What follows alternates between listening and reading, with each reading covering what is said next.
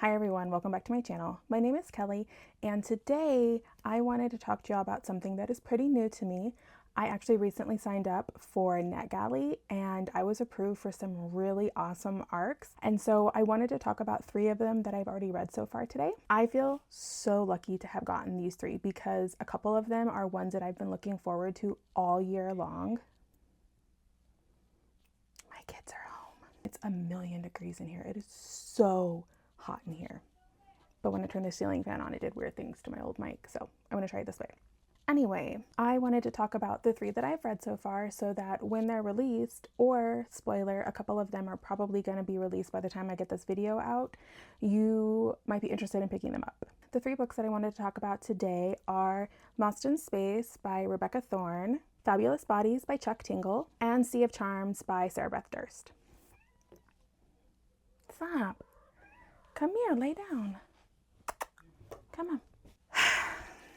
Okay, what I thought I would do is talk about them in their release date order. So Lost in Space actually came out on June 30th. So let's talk about that one first. I really enjoyed this book. It was so different than Rebecca Thorne's kind of more well-known series, the Tomes and Tea series. It's so different and I really enjoyed the extra like futuristic sci-fi aspects of it.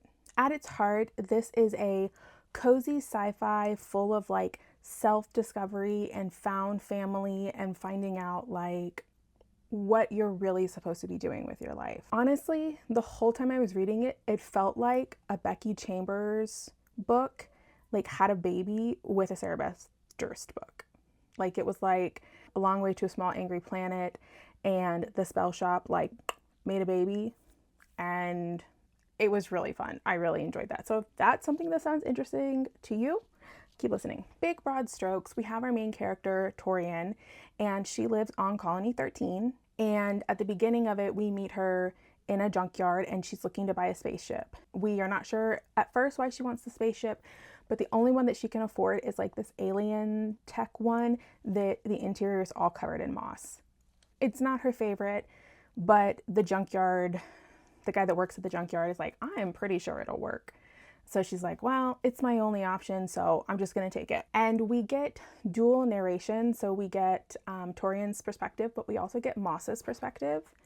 And she finds out shortly after buying it that the moss inside of the spaceship is actually sentient. It is like a sentient plant who is also the AI for the ship, which was really cool. They bond pretty quickly. Things have happened in both of their lives where they're looking for that connection.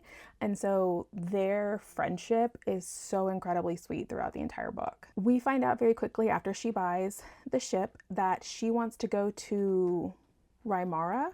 I think that's how it was pronounced. It's the only habitable human world that they know of. And they're very selective about who they let in for like population control and stuff. And so she's hoping to fly there and kind of petition for her and her sister to get a spot there because both of them are very bright. But her sister, the recirculated air like on their colony, the recirculated air on the space station is slowly killing her sister. There's something wrong with her and the air is slowly killing her. Moss was probably my favorite character. I love the idea of sentient plants. I think that's where like the Beth Durst comes in because, you know, the spider plant, and then later on we're going to talk about another talking plant in Sea of Charms, but we are introduced to that particular plant in the Enchanted Greenhouse, but I'm getting ahead of myself. I really loved Moss. He's very snarky, he's very like deadpan and to the point, he's very literal, and I don't know if it's because I live in a home like full of autistic people, but like I just vibed with him so much. I just thought he was amazing. He was left alone for a really long time in that space station, and so he has some scars because his previous owner kind of abandoned him, and so that is something that he kind of has to work throughout this book. I think at the end of the day, both of them really needed a friend. You know, her sister was sick, but her sister wasn't worrying about herself. She's a doctor, nurse, something like that, and she wants to help her patients, and so she doesn't really care about her own health, but Thorne's kind of become obsessed with her sister's health, and so she's never really had someone that she can just like talk to about everything like that. And so kind of Moss is that for her and she's kind of that for Moss. The relationships in this book were really great. watching Moss connect with Torian, watching him trust other people was really heartwarming, you know, because we're just like, oh, he's a plant. Like, how much can he actually feel? But like, he feels so deeply, even though you don't always see it because he is so blunt. He is so snarky and sarcastic at times, but like, he is very deep in his feelings. And so it was really sweet to watch him kind of start to trust people again. We also see that Torian is learning that she has to live for more than making sure that her sister is going to survive, you know, because she comes up with all of these options for her sister. She really tries her best at Rymara to get them a spot. And I don't want to give away too much because I was so surprised with some of the things that happened. But she really learns how she has to start making choices that are best for her and not just what's best for her sister. We do tackle people's assumptions of other people and of other groups, like negative assumptions and positive assumptions, because I feel like there were times that there were very negative assumptions about certain groups of people or races of beings that ended up being very not true. And then there were very positive things about different races and beings and people that also ended up not being true. So it really talks about how we need to stop making assumptions, good or bad, about people and really take people at face value. I honestly can't wait to see where the series goes from here. There's an abandoned space station that used to be the home of a now missing / extinct / went to another place, being, galaxy thing, race of beings. We have to figure out the mysteries that are going on with that. And then at the end, it kind of leaves you on a cliffhanger. So I can't wait to see where the story goes from there because it is so good. I absolutely loved it. I loved the world. It was very queer, normal. You know, there were all sorts of same-sex couples and like it wasn't a big deal. Nobody batted an eye at it. I will say that this book, unlike the Tease and Tome series, right now doesn't really focus on a romance. She kind of is flirting with someone, but this story is very much about the group of found family. Okay, hopefully the disaster is over now. I don't remember what I was saying, but I can't wait to see what happens next. Right, romance. There's not really a romance in here. It is definitely not the focus of the story. There are like side couples and things like that, but the focus really is about this friend group, which was really great. If you like sci-fi, if you like cozy sci-fi, if you really loved Becky Chambers, and we've all been anxiously waiting for something else from her. I know she's coming out with something later this year, but in the meantime, I definitely would check out Moss in Space because I really enjoyed it. I gave it 4.5 stars. The next book that I want to talk about is Fabulous Bodies by Chuck Tingle. This is the second Chuck Tingle book I've read. I read Lucky Day last year, and I really enjoyed that one. This one was bonkers. This was such a wild ride. The book centers around Poppy, who is a social media influencer by day and a body snatcher by night. That's really what pays the bills for her and her daughter to live this lavish lifestyle that she insists is for her daughter, but is it for her daughter? It kind of feels like it's more for Poppy than it is for her daughter. But one day she gets a call to pick up a recently deceased rock star named Eddie Michaels. Yes. And the caller was like, we'll pay you like $5 million once you pick him up. So she goes out to pick him up and no problem getting him out of the morgue, which is wild to me that she was able to get him out of the morgue so easily. She's kind of considered herself, you know, coast is clear, everything is fine. And then Eddie wakes up and he has this list. He has like this list. He keeps going around to people on this list and he insists that she be his chauffeur for the evening. And he's like, you just have to do this for the evening and then you're free to go. But it doesn't feel like she's free to go. This night is going to alter Poppy's life forever, and her daughter and Eddie and basically the entire town of Palm Springs. I think they're in Palm Springs. It ends up being a very, very, very bloody night. Please know before you go into this, there is a lot of gore. There's a lot of descriptions of gore. There's a lot of on-the-page descriptions of gore. It is very heebie-jeebie. Please don't eat while you're reading this at times because you're just like, ugh. So fair warning. Poppy's not the most likable character. I don't think she's supposed to be. She's very self-centered. It feels like everything she's doing, while she says it's for her daughter, is really for herself, to make herself feel very important. She didn't have parents that were very affectionate towards her. And so I feel like she's doing this to kind of get something for herself, to kind of fill in a hole that she's had her whole life. I think the further into the book we see Poppy's character change and shift, and she begins to realize what she really does care about and what really is important. And that's when kind of the survivor in her comes out, and she decides that she is going to do anything and everything possible to make it back to her daughter alive. And the lengths that she goes to are long and bloody and gory and gross, but so good. This book was incredibly fast-paced. From about 30 pages on, it is like one thing after another, after another, after another, another, and it just doesn't stop until the end. Like, it is just constant and so good. We do find out more about how Eddie came back from the dead, which was wild and not what I was expecting. I thought the explanation, like how Chuck Tingle explained the horror and like how everything was going on, was really good. I thought that was really well done. This is a very gory book. I don't know how many times I have to tell you. I don't know if there's trigger warnings out there somewhere, but this was definitely incredibly gory. So just go into that knowing it. It was really good, and I do highly recommend it, but it was very gory. So if you aren't sure about horror, maybe skip this one because it was a lot. And you know, I say I don't like human on human horror a lot, but I think with the supernatural element involved, it made it better. It wasn't just like some guy kidnapping people and like torturing them. So it worked for me. But please go in knowing it's very graphic. If you decide to eat while you're reading this book, about the 40-ish% mark, don't. You need to be done eating, because that's about when the gore really kicks in and we start getting a lot of on-page things that are really horrific, and I don't recommend eating for those. I did really enjoy this book. This was another 4.5 star for me. This comes out July 7th, which is tomorrow for me, but I don't know what day this video is going out. So this may have already come out by the time I get this video uploaded, because I don't think I'm getting this uploaded today. But very good, definitely recommend. But please go into it knowing that it is 100% horror and it's very graphic. I will say it was a bloody good ride. And the last book that I got, and I will say I got all of these as ALCs, so they were advanced listener copies. So I listened to the audiobook for all of them, and they were all phenomenal audiobooks. I really liked the narrators. I feel like they really brought the characters to life in all 3 books. So I highly recommend you listening to the audiobooks. You know, check them out from your library if you're not sure if you want to buy them, but like, they were really good. Our last book is Sea of Charms by Sarah Beth Durst. This is another book I have been looking forward to all year long, and it was so good. I don't know. I guess that's the theme of this video, is all 3 of these ALCs were incredible.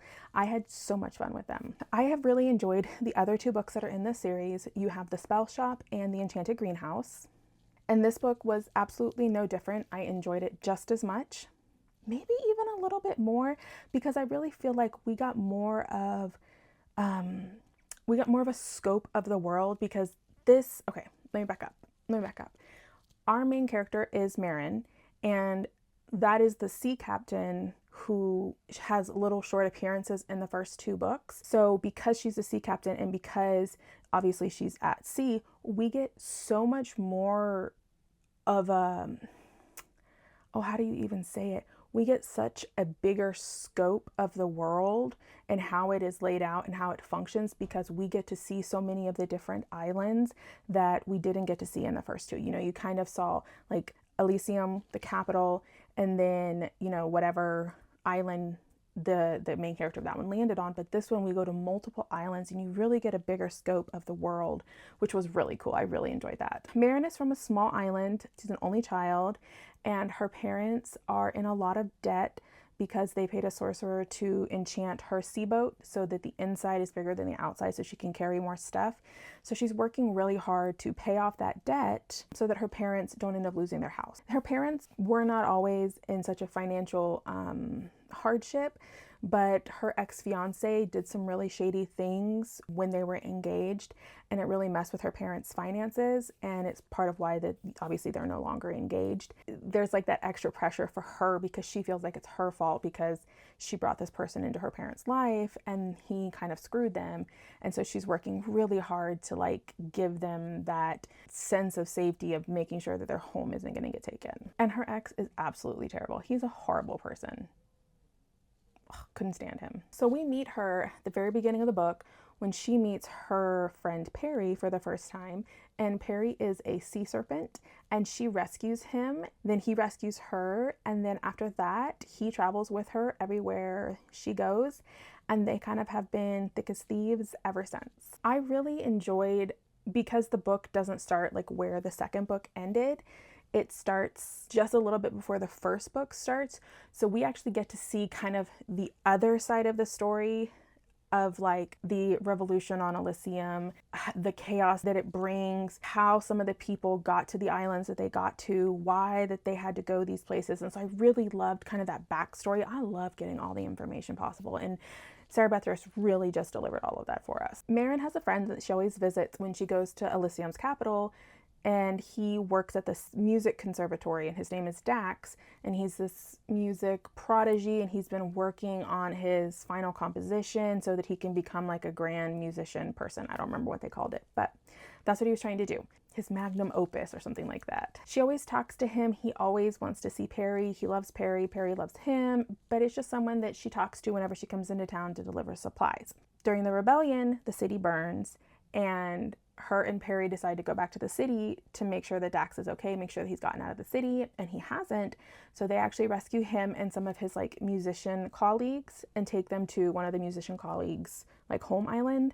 And all of them want to stay, but Dax is like, I want to like go on an adventure with you on the high seas. And so Dax ends up going along with them on this adventure, which was so fun. She doesn't like going home because she's very embarrassed by what happened with her ex. And so she feels like everyone judges her, but her parents really want her to come back for this like winter festival thing. She doesn't want to go back alone because she really doesn't want to face her ex. And so she asks Dax if he would like pretend to be, you know, a fake fiance. And he's like, yeah, sure, why not? And then she goes and visits her parents. He is such a sweetheart. I'm telling you, like, it is so good. They do go to the winter festival. She gets some more bad news that really pushes up the time frame that she has to pay the debt back in. And so then that's kind of like the rest of the book is they're like on this time crunch to make enough money to pay off the boat so that her parents don't lose the house. And Dax is along for the ride. She ends up with a talking wax myrtle plant, Ree, who she got from the island where the enchanted greenhouse is. You know, he wants to go on adventures and she couldn't say no to him. So it is her and Perry the sea monster and Ree the sentient wax myrtle and Dax trying to do enough runs to make money to be able to pay this off in this very tight deadline thing. And that's the whole book. I feel like I'm doing such a bad job of pitching this, but it was so good. You spend a lot of time at sea. You meet a lot of different people on a lot of different islands. You meet a lot of different creatures. You learn a little bit more about the magic of the world.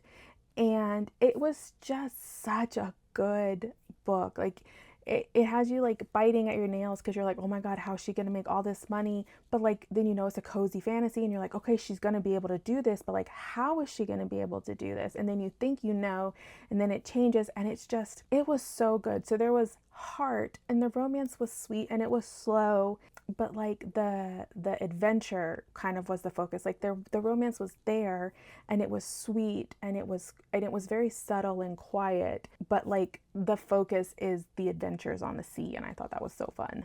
I don't think I can say a lot more without there being a lot of spoilers. I give this one 5 stars, and I highly recommend you pick it up. This one comes out July 28th, so you have a little bit of time. You can try to get on the holds list or get a reminder on Libby for when it does come out. You can click the little bell and it'll tell you when it's out, but I definitely recommend this one. This one was so sweet. I personally think I ended up really lucky with this first round of ALCs that I listened to. I had 2 4.5 stars and a 5-star. I was so shocked that I was able to get accepted for these. These are books that I've been looking forward to all year long that I've already pre-ordered.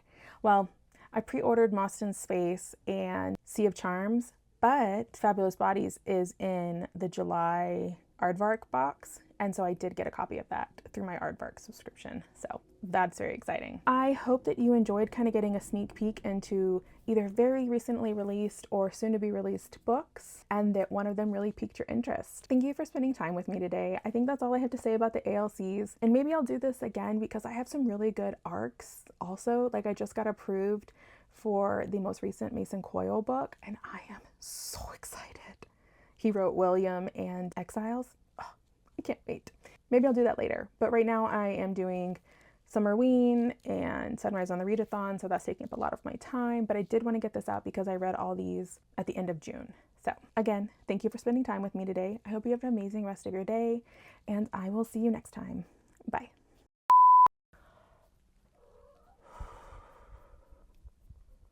It is so hot. It is so hot in here. Okay, it's the only habitable human it's the only habitable human. I really hope you can't hear them yelling.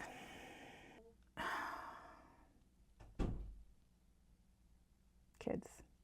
Do we have any Neosporin? We have bacitracin. Why? Phoebe slammed her hand in the door and is bleeding a little bit. It's in the top shelf, in the top drawer of our bathroom. This is why I don't want to film during the summer. Everybody's home. Everyone's breaking shit. I might leave that in for y'all. Okay. I can't find it in there. This was set. Okay, I gotta stop playing with that. Excuse me. That was so corny. Oh, that was embarrassing. Okay. Sorry. Talking, what kind of myrtle plant? Oh, where is he?